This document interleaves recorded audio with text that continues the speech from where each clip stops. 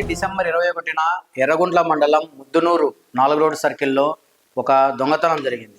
ఈ దొంగతనంలో ఇద్దరు యువకులు, వీరి వయసు 19 సంవత్సరాలు ఉంటుంది.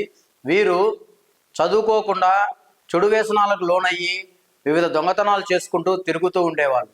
ఇదే క్రమంలోనే డిసెంబర్ 21న ఒక ఇంటి మీద వీళ్ళు నికా ఏర్పాటు చేశారు. నికా ఏర్పాటు చేసుకొని వాళ్ళు ఎక్కడికి వెళ్తున్నారు, ఎప్పుడు వస్తున్నారని పూర్తి స్థాయిలో వీళ్ళు ఒక రెక్కి నిర్వహించారు. రెక్కి నిర్వహించిన అనంతరం వాళ్ళు ఊరికి వెళ్తానే ఆ ఇంట్లో ఇద్దరు బీరువా పగలగొట్టి దాదాపు 210 గ్రాములు బంగారు అలాగే ఒక ఐఫోన్ను దొంగలించారు.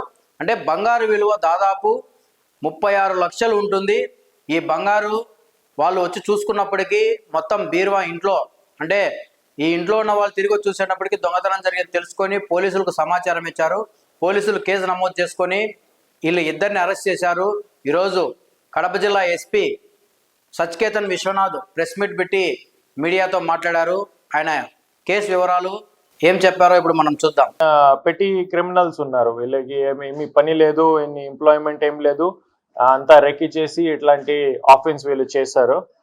సో దీంట్లో చెప్పాల్సిందే మెయిన్ పాయింట్స్ అంటే ఈ కడపలో జరిగిన ప్రాపర్టీ ఆఫెన్స్ మీద కడప పోలీస్ చాలా సీరియస్ ఉన్నారు. వెంటనే చర్య తీసుకున్నాము.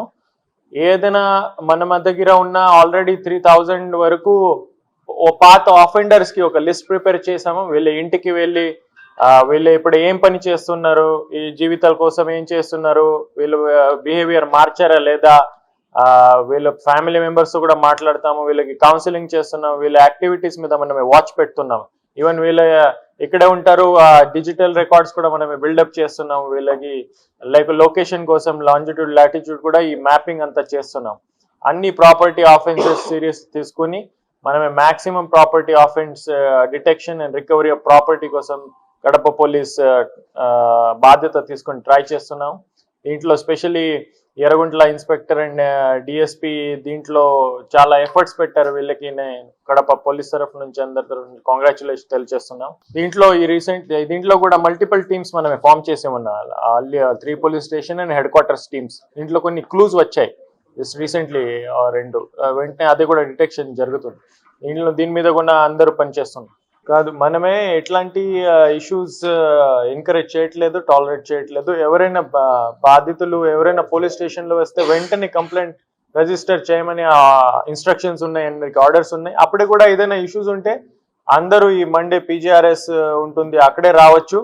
అట్లాంటి ఇష్యూస్ నా దృష్టికి వస్తే వెంటనే ఎఫ్ఐఆర్ కూడా కడతాము. ఎవరో ఇగ్నోర్ చేసి ఉంటే వీళ్ళ ఆఫీసర్స్ మీద డిసిప్లినరీ యాక్షన్ కూడా ఇనిషియేట్ చేస్తాం.